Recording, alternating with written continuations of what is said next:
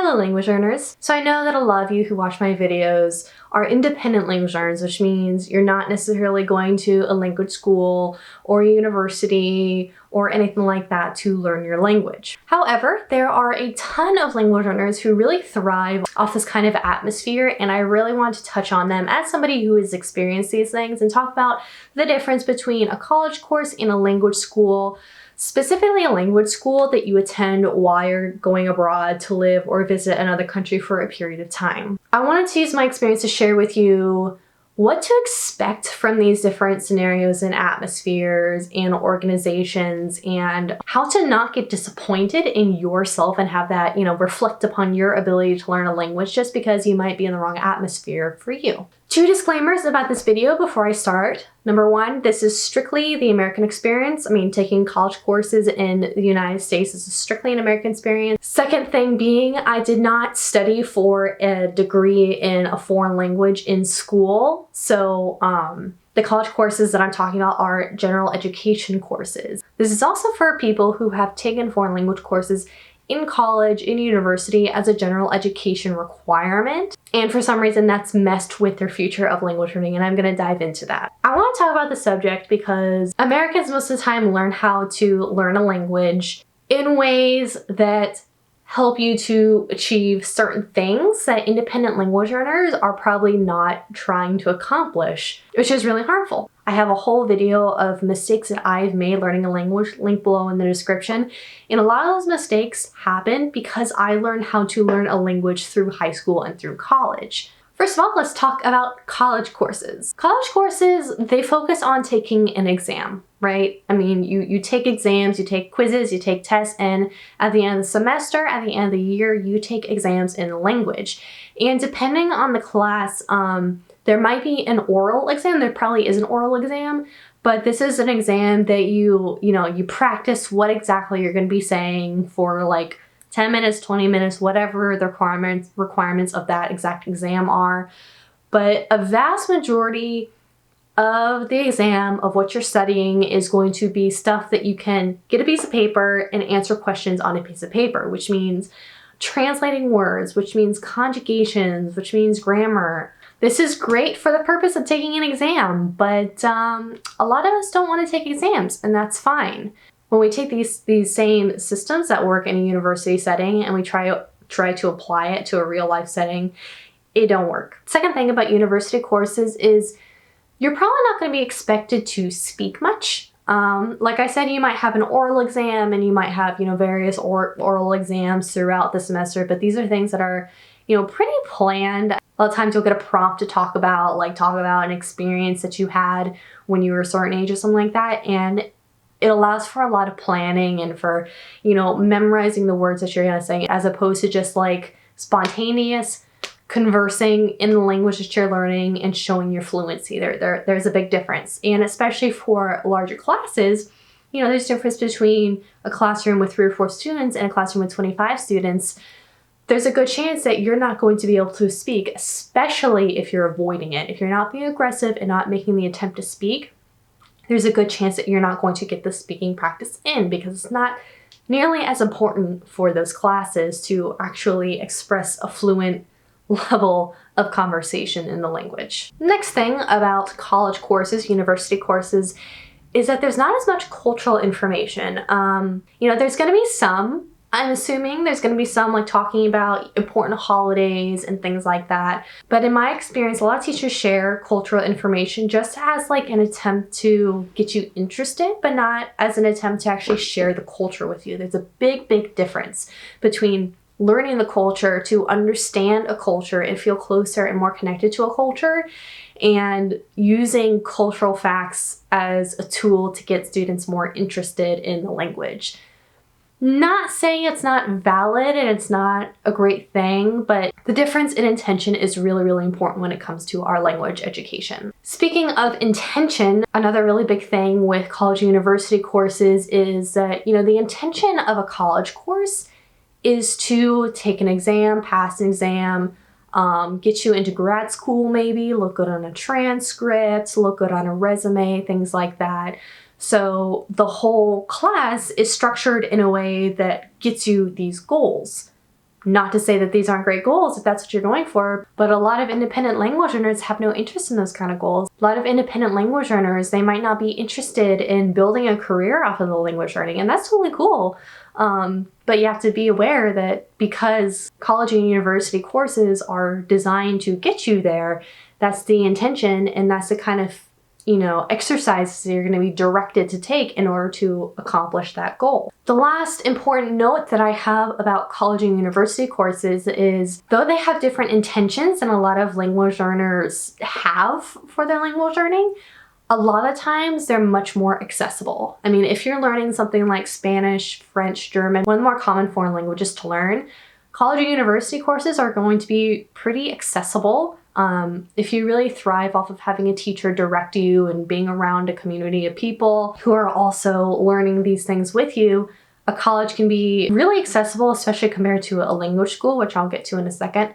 But it's going to be a lot more accessible if you live close to a college or university and you can just hop on over and take a class and get some of that language knowledge in you. Bottom line is that college courses are fine for specific intentions. I know that I personally, and most of you who watch my YouTube videos and read my blog and stuff like that, that's not necessarily your intention, or else you wouldn't be reading my stuff or watching my stuff.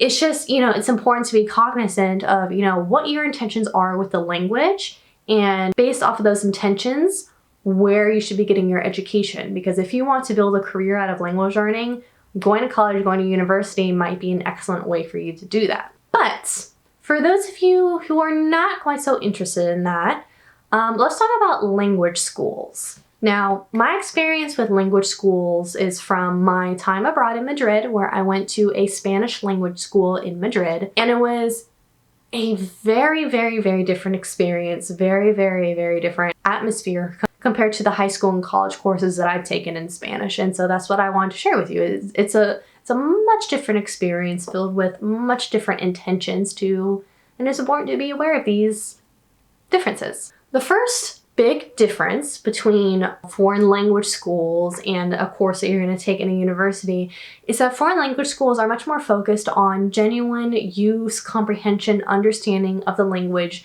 as it is used by native speakers. Because if you're going to a language school, you are probably abroad somewhere, already living in the language, already living in the culture, already living amongst people who speak the language natively. So a lot of the work that you'll be doing in a language skill is more using the language. You'll learn things like conjugations and grammar structure, but you'll learn it in a way that you're actually using it. It's not nearly as exam-based, it's not nearly as written assessment based. It's more for you to gain an understanding of the language so that you can use it with the people around you in the place that you already are in physically. That being said, another big difference with language schools is that there's going to be a lot more speaking involved. Because there might not be an exam for you to take or assessment for you to take, and it's all about sharpening your skills, sharpening your conversational skills, your comprehension skills, your fluency skills, there's going to be a lot more speaking involved. And hopefully, if the class is smaller, then you'll spend a lot of time going around the class, around 3 or 4 people I've had in my experience, and responding to a question, giving your opinion, giving examples of, reasons to use a certain grammar point, things like that. It's a lot more involved and connects you to the culture and the language and the people a lot more than you'll get in a college course. Thirdly, I mentioned that college courses, they might pepper a little bit of cultural information in there, kind of to keep you interested in what's going on. Language schools, you'll get a lot more cultural intel just because you're living in the culture. It's a lot more important to you when you're living in the culture, and you're probably going to be around these cultural things and experience them. And a language school's job is to prepare you to exist in that country and, live there comfortably, visit there comfortably. For example, in a language school, you're much more likely to learn cultural things like inviting somebody to go out for a drink isn't go out for a drink. It's technically translate to take something, tomar algo. That's how you invite somebody to go out for drinks or something like that. It's like a slight cultural shift that you're much more likely to experience in a language school when you're already in the country, just because, class is over, you have a bunch of people sitting around who may speak a bunch of different languages, and the language that you're learning might be the only one that you all have mutually understand. So what better reason to understand cultural, parts of a language than to use it after class? After class, say, ¿quieres tomar algo? You want to go get something to drink with somebody in your class. It makes a lot more sense in a language school than it does in a university when you're just going to be taking an exam. And like I mentioned, all of this to say that courses that you'll take in a language school don't exist to help you take an exam and build a transcript, build a resume. They exist to help you function better in the country, in the language, which means it's just a completely different kind of education. So it's really all about what you're looking for. If you're looking for how to exist in the country fluently, I don't know, exist in the country fluently, I don't know if that makes sense, but you get the point, If you're looking to exist comfortably in the country and know what's going on, that requires much different knowledge than taking an exam and getting into a grad school. So the things that you're going to learn are completely different. However, just like I mentioned with college and university courses are a lot more accessible depending on the language that you're studying. Language schools are generally less accessible because they're very commonly found in the country. So if you're learning something like Turkish, for example, and you want to go to a language school, you want to get a more structured education with a teacher, in person, unless you live in a city where there is a large Turkish population, you're probably going to have to go to a Turkish-speaking country in a city to find that language school. Point being that language schools as a whole are less accessible. And on top of that, it really depends on the language that you're interested in learning. More commonly learned second languages, Spanish, French, German, Italian, things like that, are going to be a lot easier to find as a whole. So for example, for me, I live in a city where there's a very large Spanish-speaking population, so it's going to be a lot easier for me to find a Spanish language school in my city. German though, there's not a huge German population here, so I'd probably have to go to Germany to go to a language school. You could probably easily go to a local college or university and find a college course that teaches German. But for me, who doesn't want to, get a career in German, that's not going to be what I'm looking for exactly. I'd rather go to a language school, at which point I would want to go to Germany because I want to go to Germany. I've always wanted to go to Germany, So that's all I have for this video. I hope it was helpful for you to understand the difference between, where you're going for your education, what kind of atmosphere and teacher you're looking for, and the goals that you have for your language, because everybody has different goals. They're all valid. You just have to be intentional about the goals that you have for your language learning and figure out what method of achieving those goals makes more sense. Let me know in the comment section below about your experience with language schools or with university courses and stuff like that. It's kind of ironic that this is what I do because I have failed many language courses in high school and in college.